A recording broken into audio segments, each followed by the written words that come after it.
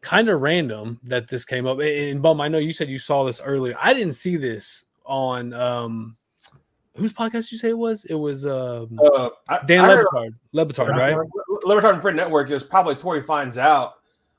He had Haberstroh on. Haberstrow's been on this for a while. I mean, he brought it up back I don't know how long it was exactly, but he also had a podcast with Amin Al-Hassan called Basketball Illuminati, where they talked about the stat differentials in home and road splits, and they kind of like thought, just some conspiracy theory stuff. But then Haberstroh, being a stat nerd that he is, looked it up, and like it wasn't just MJ, but it was pretty pervasive throughout the league, home away splits. But MJ's were just kind of cooked a lot more than everybody else's. Yeah. So that's something they were doing like pretty obviously back in the 80s and 90s, was cooking people.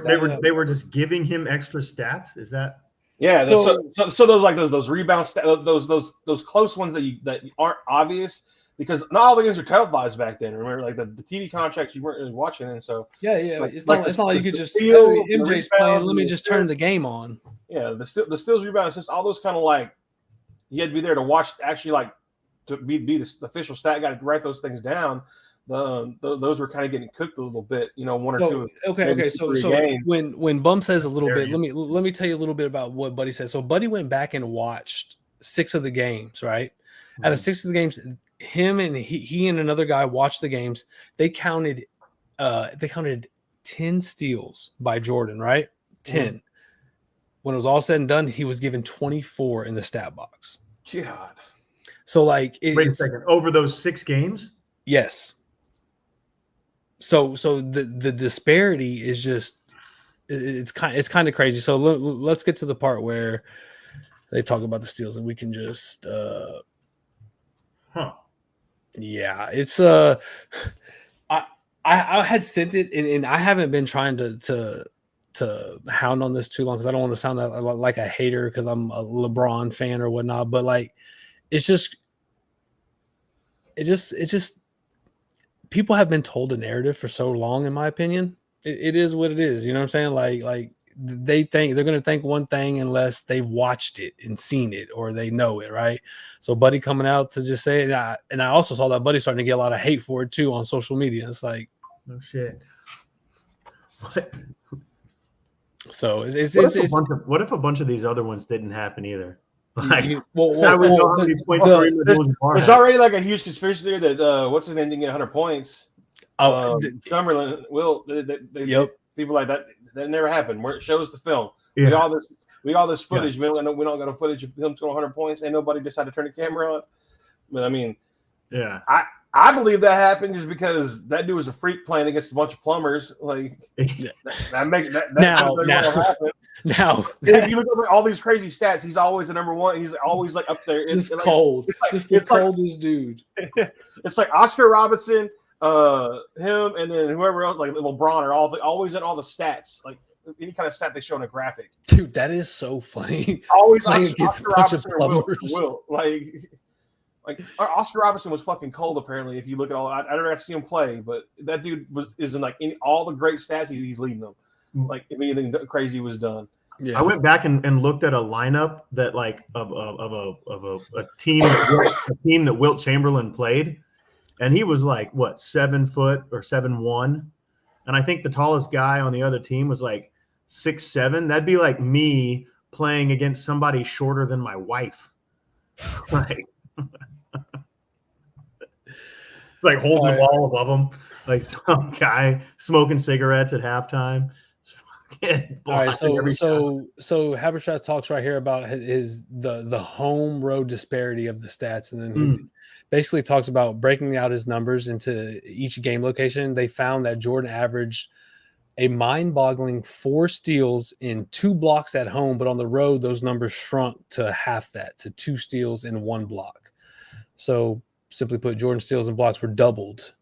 It's kind of if you understand it, well, not only that, if you understand the type of person Jordan was, like he took losing or not getting the Defensive Player of the Year award the year before that, he took that like to heart, bro. Like, and he made it a point to tell the league and everybody, like, I'm going for this. I want this, right? So at that point, and I'm not saying this is what made him win. I'm just saying, like, from just reading this article earlier, you know, he enlisted and got some journalists on his side to like get in his corner and like start writing documentaries and even like articles about him like wanting to do that and going for it.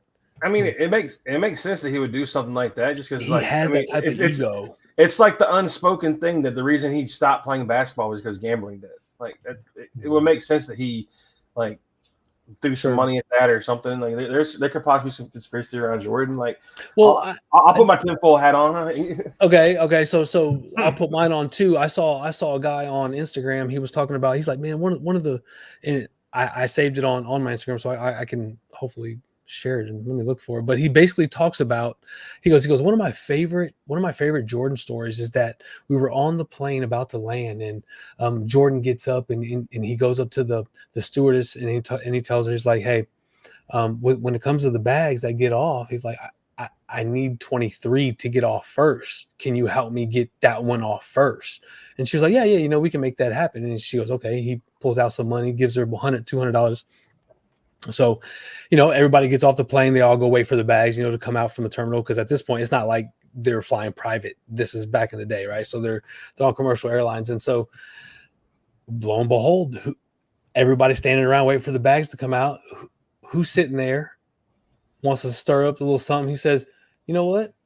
I think my bag's going to come out first. And all the other players standing around waiting for their bag, they're like, no. I think my bag's going to come out first because they all got their numbers on them, right? Big old 23, whatever, 11, whoever's on there. And Jordan goes, all right, fuck it. You know, $2,000 right now. It's or $10,000 right now on 23 comes out first. Everybody puts money in. Whose bag comes out first? 23 comes out first. So in a lot of people's mind, they just got played. But in the 90s mind, he's smart. He got him. You know what I'm saying? So, like, I don't know, man. That's the type of person that Jordan was, though. So he wanted to win always. I could see it, too. And I say that just to kind of piggyback off what Bum said. I could see that. So reading this, I've seen what I've seen. My eyes have seen like so much clutch basketball with LeBron. It is what it is, right? When I will first watch Jordan, when I can remember Jordan, like watching him, he was in a Wizards jersey. You know what I'm saying?